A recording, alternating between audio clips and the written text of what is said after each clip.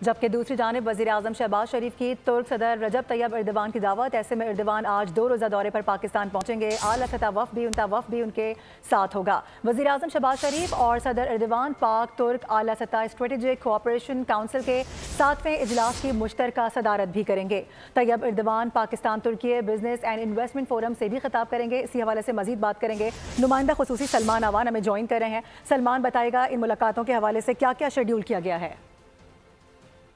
जी बिल्कुल, रजब Tayyip Erdogan आज इस्लामाबाद पहुंच रहे हैं। उनके शानदार इस्तकबाल की तैयारियां कर ली गई हैं। प्राइम मिनिस्टर हाउस के अंदर बाज़ाब्ता इस्तकबाल की तकरीब होगी, जिसमें पाकिस्तान एयरफोर्स के J-17 थंडर्स और F-16 वाइपर्स तुर्क सदर को एक शानदार फ्लाई पास के ज़रिए सलामी पेश करेंगे। उनकी सरकारी मुलाकातें जो हैं वो शेड्यूल्ड हैं, जिसमें उनकी सदर आसिफ अली जरदारी के साथ मुलाकात होगी, प्राइम मिनिस्टर पाकिस्तान के साथ मुलाकात होगी, वफूद की सतह पर बातचीत होगी, मुज़ाकरात होंगे। इसके अलावा पाकिस्तान के वज़ीर आज़म और तुर्की के सदर मिलकर एक high level strategic cooperation council के इजलास की भी सदारत करेंगे, जो कि पाकिस्तान और तुर्की के दरमियान एक हाईएस्ट डिसीजन मेकिंग या फैसला साजी की काउंसिल है। इसी फैसले साजी की काउंसिल से पाकिस्तान और तुर्की जो है वो स्ट्रेटेजिक नौयत के फैसले करते हैं और उनके दूर रस असरात जो है वो सामने फिर आते हैं।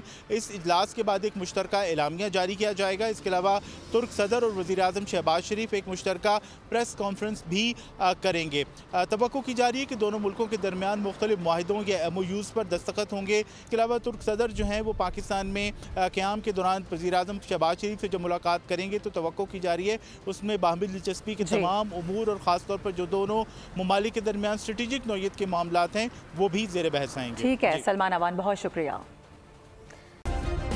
सब्सक्राइब करें और बेल दबाएं ताकि कोई खबर रह न जाए।